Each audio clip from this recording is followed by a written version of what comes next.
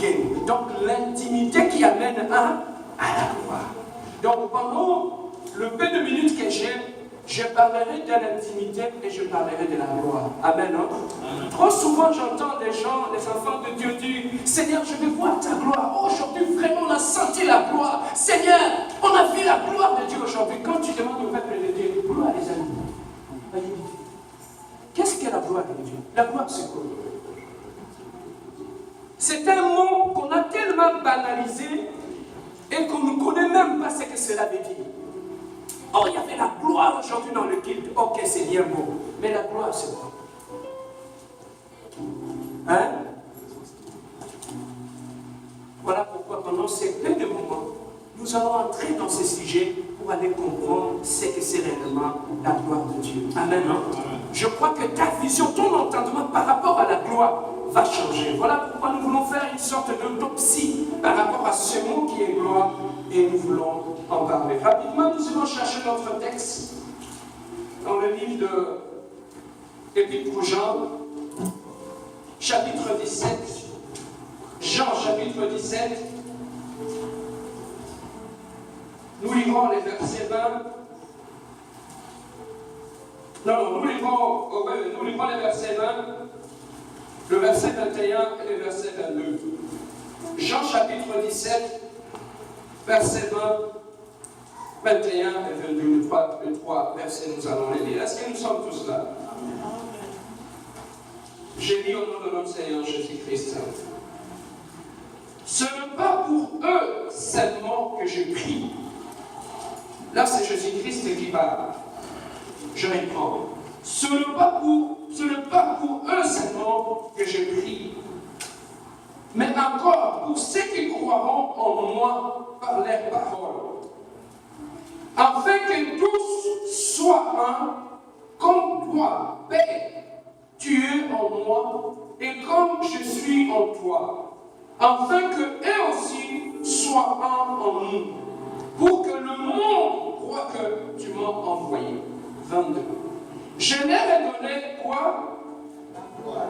Je leur ai donné la gloire que tu m'as donnée, afin qu'ils soient un, comme nous sommes un. Je leur ai donné la gloire que tu m'as donnée. Jésus-Christ nous a donné la gloire. Voilà pourquoi nous voulons parler de ce que Dieu nous a donné. Bien aimé, lorsque tu ne connais pas l'importance de ce que, du cadeau qu'on t'a donné, il te sera très difficile d'apprécier ces cadeaux à sa juste valeur. Il faut d'abord connaître la valeur de ce qu'on t'a donné pour savoir comment tu peux l'exploiter, comment ça peut être bénéfique pour ta vie. Amen. Alors, j'aimerais d'abord commencer par l'intimité, ensuite je vais aller à la gloire. Bien aimé, je vais prendre la relation entre l'homme et la femme pour essayer d'expliquer ce que c'est réellement l'intimité. Je suis un enseignant, je veux aller avec des gens, je ne vais pas servir. Viens me servir. J'aimerais chercher aussi un frère. Viens.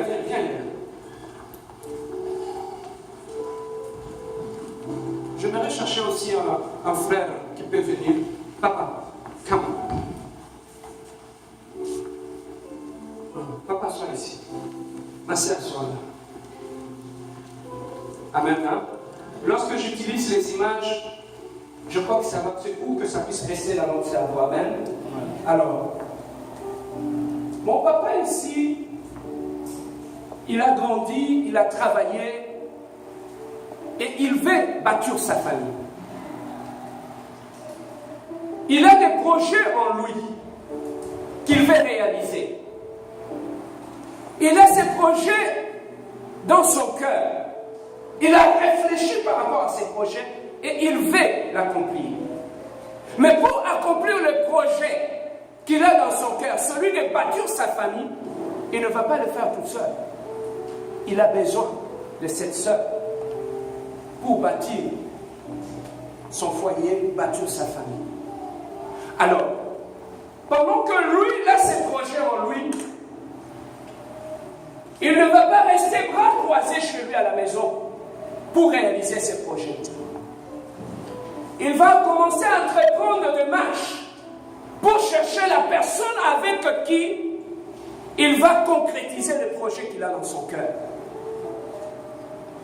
Et quand bien même les projets sont bons, exacts et réels, aussi longtemps qu'il est chez lui à la maison, il ne s'est pas déplacé. Je crois que ces projets-là vont rester uniquement dans sa tête et ça ne va pas se concrétiser. Mais pour que le projet qu'il a en lui puisse prendre chair, qu'il puisse le réaliser, il a un certain nombre de démarches que lui doit faire pour amener le projet qui était dans sa tête pour le concrétiser. Et pour faire cela, qu'est-ce qu'il va faire? Il va maintenant tourner. Il a vu cette jeune sœur. Et en voyant la jeune sœur, il a dit, voici, je vis la personne qu'il me faut pour réaliser mes projets, celui de bâtir une famille. Alors, pendant que lui, il a vu la personne, ça ne s'arrête pas seulement à voir le projet en soi, ça ne s'arrête pas seulement à voir la personne avec qui je vais bâtir, réaliser ces projets, mais au-delà de tout ça, il doit entreprendre un certain nombre de démarches pour atteindre la scène ici. Alors, pendant que lui, il est là, il va commencer, lorsqu'il croise la sœur dans la rue, ça commence par un simple bonjour. Bonjour, ma sœur. Elle répond bonjour. Il passe. Le lendemain, bonjour. Il passe. Et lui, il est en train de s'avancer petit à petit pour atteindre la sœur. Ça ne commence pas par un grand pas directement, mais ça commence par un petit bonjour. Un petit bonjour qui amène comment tu vas, et tout, et petit à petit, il commence à parler avec la sœur. Et petit à petit, il commence à connaître le nom de la sœur. La sœur aussi commence à connaître son nom. Il commence à connaître où la sœur habite, et il commence à connaître où le frère habite. Jusqu'à ce que lui, il va exprimer les désirs qu'il a par rapport à la sœur. Pour les uns, il peut l'inviter dans un restaurant, il prend s'asseoir et il va lui parler des désirs qu'il a dans son cœur. C'est lui le bâtir un foyer. Et pendant qu'il va l'exprimer ces désirs-là, elle de son côté aussi, si ça lui plaît, ça l'intéresse, il va commencer à s'intéresser à l'homme. Lui qui était loin, la relation qui s'est limitée seulement à se dire bonjour, maintenant ils vont commencer à s'appeler, à s'échanger de numéros. La relation commence, ils étaient là, la relation commence à s'accrocher l'un à l'autre. Et jusqu'à ce qu'il va approcher la sœur, ils vont commencer à parler, il va exprimer son désir et les deux vont commencer à se parler. Ils vont regarder les choses dans la même direction, ils vont commencer à se parler jusqu'à ce que lui va amener la sœur devant l'église, et on va venir le mariage et les deux vont devenir une seule chair. Suivez maintenant. En devenant une seule chair, la sœur devient son épouse et lui devient son mari. Avant même cette relation, la sœur ne pouvait pas, je me permets le terme, d'enlever ses habits, être à l'aise à côté du frère, pendant que lui, il était loin, il ne le connaissait pas. La relation a fait qu'il s'est approché de la sœur, ça a créé une intimité. L'intimité a fait en sorte que la sœur puisse enlever ses habits devant le frère sans se sentir gêné. Le même personne, le même frère devant qui il pouvait se sentir gêné de lever ses habits devant lui, mais le seul fait que la relation a évolué, la confiance s'est installée, l'intimité est arrivée, à ce moment-là, la sœur maintenant se sent libre. Il pouvait ôter ses habits devant le frère sans se sentir gêné. Et de cette relation-là, les enfants vont venir comme preuve d'amour. Et cette relation est partie de l'idée que le frère s'était fait dans la tête. L'idée a évolué jusqu'à ce que les enfants sont arrivés. Bien-aimés dans le Seigneur, c'est ce qui arrive dans notre marche avec le Seigneur. La relation que nous avons, elle, je la prends comme Dieu. La relation que nous avons avec Dieu, ce n'est pas une relation où on prend la Bible, on vient le dimanche dimanche à l'église et on rentre à la maison, c'est fini. Mais la relation qu'on a avec Dieu, c'est une relation qui s'est bâtie jour après jour. On s'approche de Dieu jour après jour. Voilà pourquoi il y a beaucoup de gens qui ont donné leur vie à Dieu, mais qui n'ont pas de relation avec Dieu. Car ils pouvaient connaître la sœur, mais sans avoir une relation avec l'âme. Il le connaît de loin. Alors, le même frère qui était loin, si on lui demandait, à ce moment, quand il n'était pas encore le bout de la sœur, on pouvait lui demander de nous parler de la sœur. Je crois qu'il allait être limité. Parce qu'elle ne connaît pas trop bien la sœur. Mais une fois qu'elle a approché la sœur, elle est devenue intime avec la sœur. Quand on lui demande de nous parler de la sœur, il aura un autre discours. Il aura beaucoup plus de détails de nous. Voilà pourquoi un enfant de Dieu qui s'est approché de Dieu, il a beaucoup plus de choses à dire sur son Dieu que celui qui est loin de Dieu. Je ne sais pas si je me fais comprendre. C'est ça qui arrive dans la marche chrétienne. Voilà pourquoi quand on te pose la question sur Dieu, tu n'as rien à dire parce que tu connais Dieu juste de loin. Mais lorsque tu approches Dieu, tu peux parler de Dieu du matin au soir. Parce que tu le connais en profondeur. Non seulement tu le connais, mais il y a une intimité entre toi et Dieu. Alors, la sœur dans sa vie, elle avait des secrets. Aussi longtemps ce monsieur était loin de lui, il ne pouvait pas lui confier ces secrets-là. Mais lorsque le frère rentre en intimité avec elle, elle se sent à l'aise de parler de choses même qu'elle ne pouvait pas dire à ses parents, mais il va dire à son mari. À cause de cet attachement, de cette intimité. C'est ça qui arrive, c'est ça que Dieu dit. Avant que Dieu puisse détruire le monde, il est allé voir Abraham pour lui dire qu'Abraham, je vais détruire ce monde. C'est une conséquence de l'intimité qu'Abraham avait avec Dieu. C'est ça qui a fait que Dieu ne pouvait rien lui cacher. Quand tu deviens intime de Dieu, il n'y a plus de secret entre toi et Dieu. Dieu te parle des choses. Il peut même te révéler le cœur des gens. Il peut même te révéler des choses qui sont cachées que personne de ta famille ne connaît. Mais Dieu peut te le révéler. Alors pour que tu arrives à créer cette intimité avec Dieu, le frère a fait une démarche. Jour après jour, il a commencé par un simple bonjour. Ça ne s'est pas arrêté par là. Il a commencé par lui demander son numéro. Il a commencé à s'approcher petit à petit jusqu'à ce qu'il a créé une zone de confort pour que la sœur puisse se sentir confortable avec lui. Et c'est ça qui arrive dans notre relation avec Dieu. La relation avec Dieu, c'est une relation qui se travaille. Ce n'est pas une relation où tu prends ta Bible, tu viens à l'église, tu écoutes la prédication et c'est fini là. Non. C'est ça qui fait que quand même il faut adorer. Tu as du mal à adorer. Tu sais pourquoi? Parce que tu ne connais pas Dieu. Tu n'es pas intime avec Dieu. Amen. Frère, lorsqu'un homme est amoureux de sa femme, il peut te parler de sa femme du matin jusqu'au soir. Amen. Je me rappelle, il y avait un jeu qui passait à la télé chez nous au Congo, on appelait ça Libala Bosseo. Est-ce qu'on connaît ça? Oui. Un jour, j'ai été surpris, j'ai vu une femme, il y avait 5 couples. On a caché le visage de Marie, on a laissé seulement le main. Maintenant, on a demandé aux femmes, choisis le main de ton mari parmi ces 5 mains. Curieusement, la femme est allée choisir le main de notre mari. On a posé la question à la femme, tu es resté combien de temps avec cet homme? Il a dit 15 ans. Mais comment tu es resté 15 ans avec ton mari, tu ne sais pas identifier ses mains parmi 5 mains? Ça nous fait rire, hein? Mais c'est ça qui arrive dans le Seigneur. Il y a beaucoup de gens qui sont dans le Seigneur. Quand tu leur demandes des choses de Dieu, ils ne connaissent pas. Pourquoi? Parce que la femme qui restait avec son mari, son attention était ailleurs. Au lieu que son attention soit sur son mari, peut-être son attention était sur ses enfants. Peut-être si on lui demandait le main de ses enfants, il allait peut-être reconnaître le main de ses enfants. Pourquoi? Parce que son attention est plus vers les enfants. C'est ça qui arrive. Lorsque tu arrives à l'église, tu places ton focus ailleurs. Il te sera très difficile de connaître Dieu et de parler de Dieu.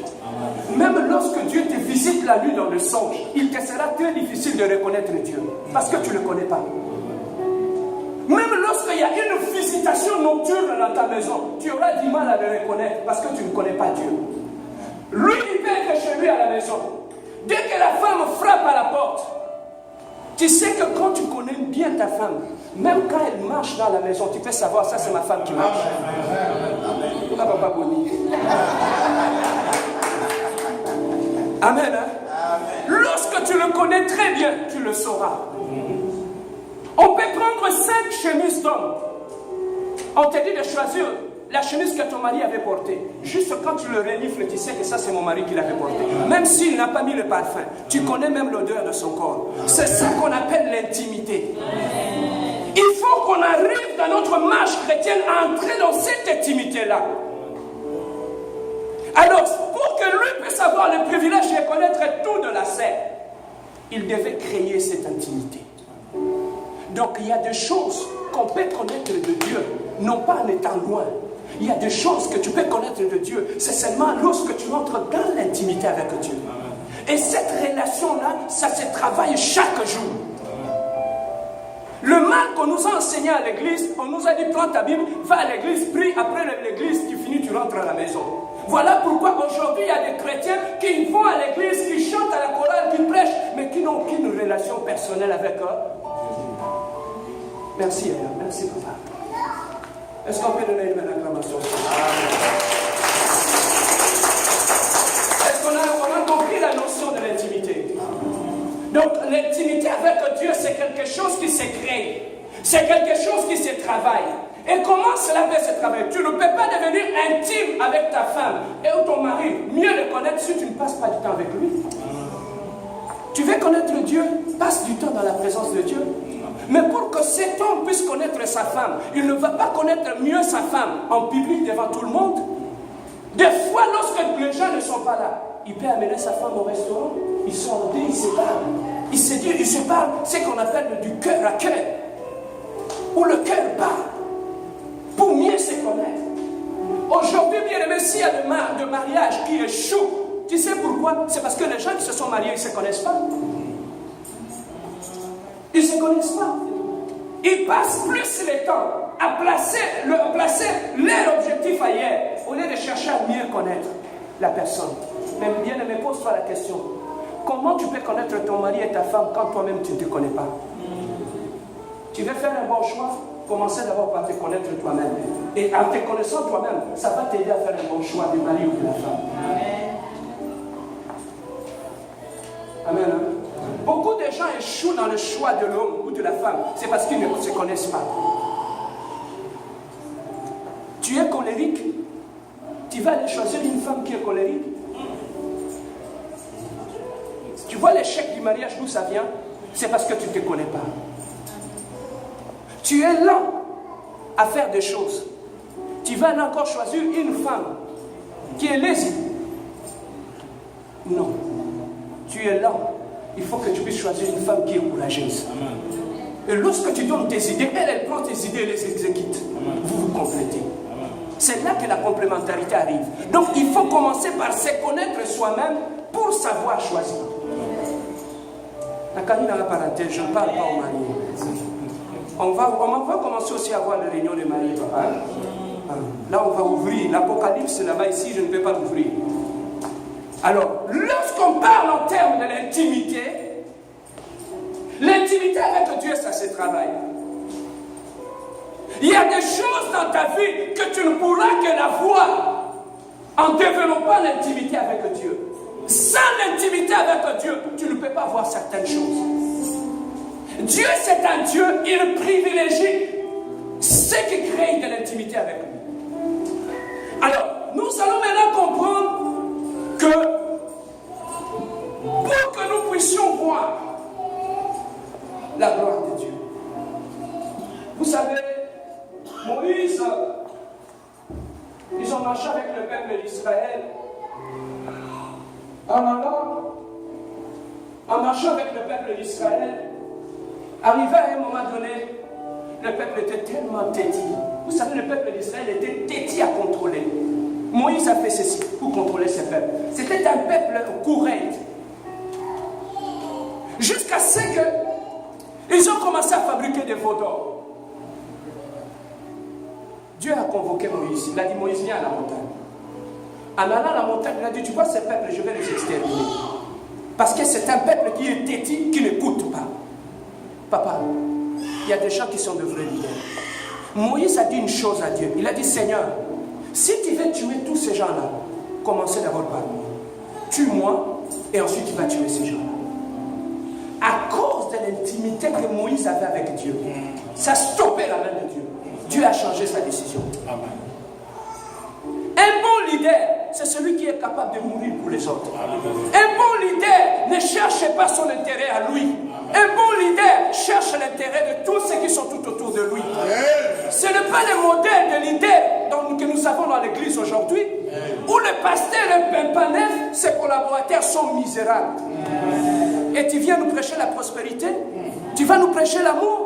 Si la meilleure façon de prêcher l'amour, ça commence par aider ceux qui sont tout autour de toi. Voilà le leader que nous avons de la classe de Moïse. Dieu, si c'était le leader aujourd'hui, il allait dire, Boma Bango, tue-le. Mais Moïse a dit, Seigneur, si tu veux tuer ces gens-là, commence par moi. Amen. Il s'est levé devant Dieu. Il s'est interposé entre Dieu et son peuple. Dieu a dit non, Dieu a reculé. Il a dit, je n'ai jamais trouvé une fois pareil. Dieu a reculé et il a stoppé. Mais Dieu, maintenant Moïse a dit à Dieu, écoute ceci. Il a dit à Dieu, Dieu, tu veux marcher, je veux que tu m'envoies monter avec ce peuple. Mais je n'irai pas seul. Il faut que tu puisses venir avec nous, Dieu. Parce que je ne peux pas contrôler. Ou donne-moi quelqu'un avec qui je vais aller. Dieu lui a dit, Moïse, vous n'irez pas seul. Moi, Dieu, j'irai avec vous. Bien aimé, un homme qui sait où il va, il cherche toujours à se rassurer s'il est avec Dieu ou pas. Bien aimé, partir, faire quelque chose, c'est bien. Mais est-ce que tu partiras avec Dieu? Est-ce que tu iras avec Dieu? Tu es dans une église, à cause d'un petit reproche, tu quittes l'église, tu t'en vas. Est-ce que lorsque tu sortiras au Bimana Zambé, tu iras avec Dieu? La décision que tu prends pour quitter le mariage, quand tu vas sortir avec Dieu. Regardez le monoparental, comment ils sont vendus. Hein? La vie, ça n'est pas seulement de l'argent. Mais lorsqu'on sort sans Dieu, c'est la confusion qui arrive. Bien aimé, Moïse avait voulu, il a dit, je vais aller, mais je n'irai pas seul. J'aimerais que tu puisses aller avec nous. Il voulait avoir la présence de Dieu à côté de lui comme garantie. Il savait qu'un peuple qui marche avec Dieu, c'est un peuple qui n'échoue pas. Raison pour laquelle il voulait sortir avec Dieu. Est-ce que quand tu marches, quand tu sors, quand tu vis, est-ce que tu te rassures que Dieu est avec toi? Est-ce que tu te poses des questions le matin même avant de sortir de ta maison? Est-ce que tu te rassures que Dieu t'accompagne? Est-ce que je peux avancer? Amen. Au bout de la main, vous pouvez. Je vous aime beaucoup. Alors, à ce moment-là, Dieu a dit, j'irai avec vous. J'irai avec vous, je vous accompagnerai. Mais maintenant, regarde, quand Dieu s'est approché de Moïse, Moïse a profité. Il a dit, Seigneur, Dieu, mais maintenant que comme j'ai trouvé grâce à tes yeux, maintenant je te demande, fais-moi voir ta gloire. Avant que Moïse ne demande à Dieu la gloire, Moïse s'était approché de Dieu. L'intimité était là. Il savait que le seul fait que je suis dans l'intimité de Dieu, tout ce que je peux lui demander, il me le donne. Et Dieu lui-même a dit, Moïse, demande-moi tout ce que tu veux, je vais te le donner. Le seul fait que Moïse avait réjoui le cœur de Dieu. Papa, Dieu lui a dit, demande-moi tout ce que tu veux. Et il a profité, il a dit, papa, comme j'ai trouvé grâce à tes yeux, fais-moi voir ta gloire. Mais maintenant, écoute ceci. Maintenant, Moïse, dans sa tête, il croyait que la gloire de Dieu, c'est quelque chose qui est grandiose. C'est comme le feu va tomber du ciel, c'est comme si les montagnes vont s'écrouler pendant qu'il va voir la gloire de Dieu. Mais voilà comment Dieu fait les choses. Il a dit, Moïse, tu veux voir ma gloire? Viens, je vais te placer dans le creux d'un rocher et je vais mettre ma main dessus pour que tu puisses voir ma gloire. Pourquoi Dieu ne veut pas laisser Moïse dehors? pour voir sa gloire, il lui a placé dans le rocher. C'était l'ombre des choses à venir. Pour voir la gloire de Dieu, tu dois être dans le creux du rocher. Oh, vous comprenez. Pour voir la gloire de Dieu, tu dois être dans les creux du rocher. Le rocher qui est Jésus-Christ lui-même. Tu ne peux pas voir la gloire de Dieu en dehors de Jésus-Christ. Tu veux voir la gloire de Dieu, entre dans le trou du rocher. Et c'est là qu'il y a la gloire. Tu verras la gloire. Et Dieu lui a dit, quand tu entreras dans le creux du rocher, je vais placer ma main sur toi. Mais maintenant, écoute ceci. Quand Moïse s'attendait à entendre du tonnerre, du bruit de tonnerre, mais pendant qu'il cherchait à voir la gloire de Dieu, Dieu commençait, au lieu que Dieu lui montre sa gloire, Dieu commençait à lui parler de son caractère. Bon, alors, allons voir ça.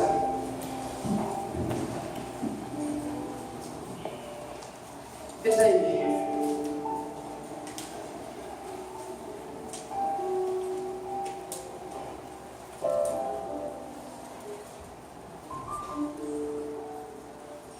Oh, Dieu est beau. Alors, Dieu est bon. Prends d'abord ta Bible dans le Ésaïe chapitre 60, verset 4. Ésaïe.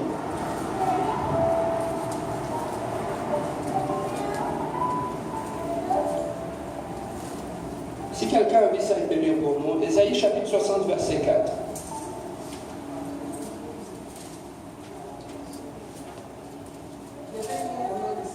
Amen.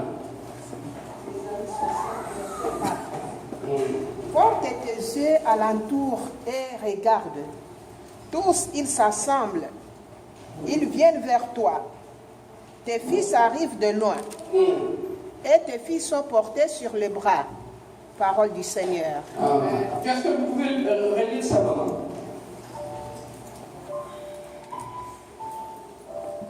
Verset 4. Porte tes yeux alentour et regarde. Tous ils s'assemblent. Ils viennent vers toi. Tes fils arrivent de loin. Et tes fils sont portés sur les bras. Amen. Amen. Et là, c'est Dieu lui-même qui est en train de parler. Dieu lui-même est en train de parler à Moïse. J'étais surpris de voir, je croyais que quand Dieu voulait parler à Moïse, je croyais que Dieu, je me demandais, mais comment Dieu va faire pour manifester sa gloire dans la vie de cet homme? J'étais en train de me poser beaucoup de questions par rapport à la notion même de la gloire de Dieu. Prenons nos Bibles, Exode chapitre 33. Verset 18.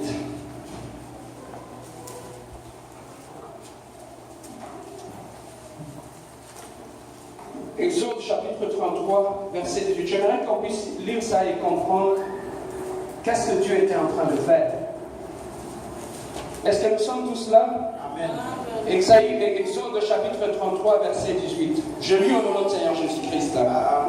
Moïse dit, fais-moi voir ta gloire. L'Éternel répondit, je ferai passer devant toi toute ma gloire.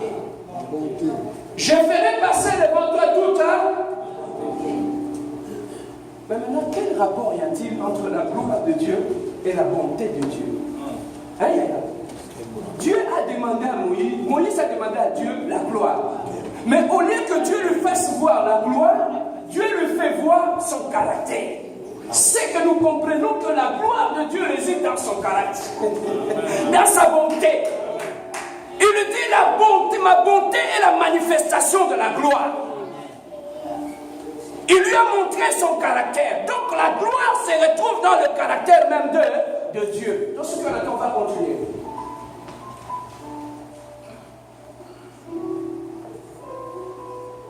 1. Moïse dit, fais-moi voir ta gloire. L'Éternel répondit, je ferai passer devant toi toute ma bonté. Et je proclamerai devant toi le nom de l'Éternel. Et je fais grâce à qui je fais grâce. Et miséricorde à qui je fais miséricorde. Ça, c'est Dieu était en train de lui montrer son caractère. C'est que la gloire de Dieu réside dans sa bonté. Tu veux voir la gloire de Dieu, il faut aller le chercher dans le caractère même de Dieu. Amen. Il lui a dit, regardez ce que je suis. Regardez ma bonté. Regardez comment je suis là en la colère. Regardez comment je pardonne. Regardez comment c'est que je fais. C'est dans ces choses-là que réside ma gloire. Ma gloire, ce n'est pas dans les tonnerres. Ma gloire, ce n'est pas lorsque les montagnes s'agitent. Ma gloire se manifeste, ce n'est pas lorsqu'il y a du feu qui tombe du ciel. Ma gloire se manifeste là où il y a ma bonté. Lorsque je manifeste ma bonté, lorsque je manifeste la bienveillance, c'est là que réside la gloire de Dieu. Et nous comprenons une chose, que la gloire de Dieu se retrouve dans sa bonté.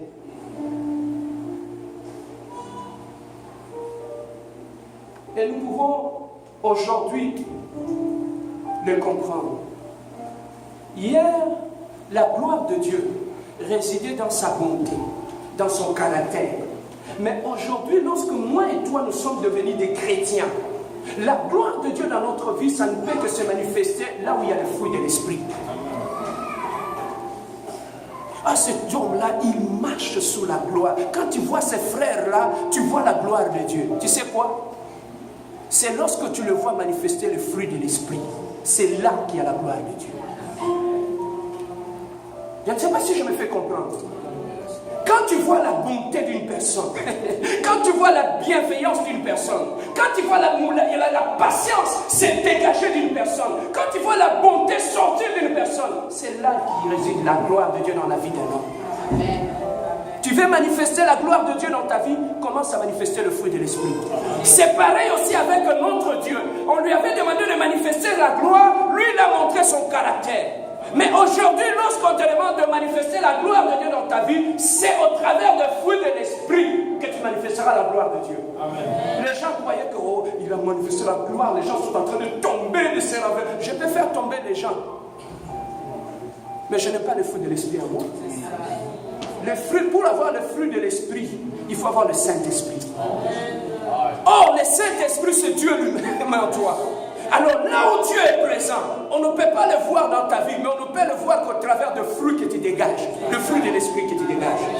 C'est à ce moment-là que tu dis non, ce frère, vraiment, il manifeste la gloire de Dieu en lui. C'est la bonté.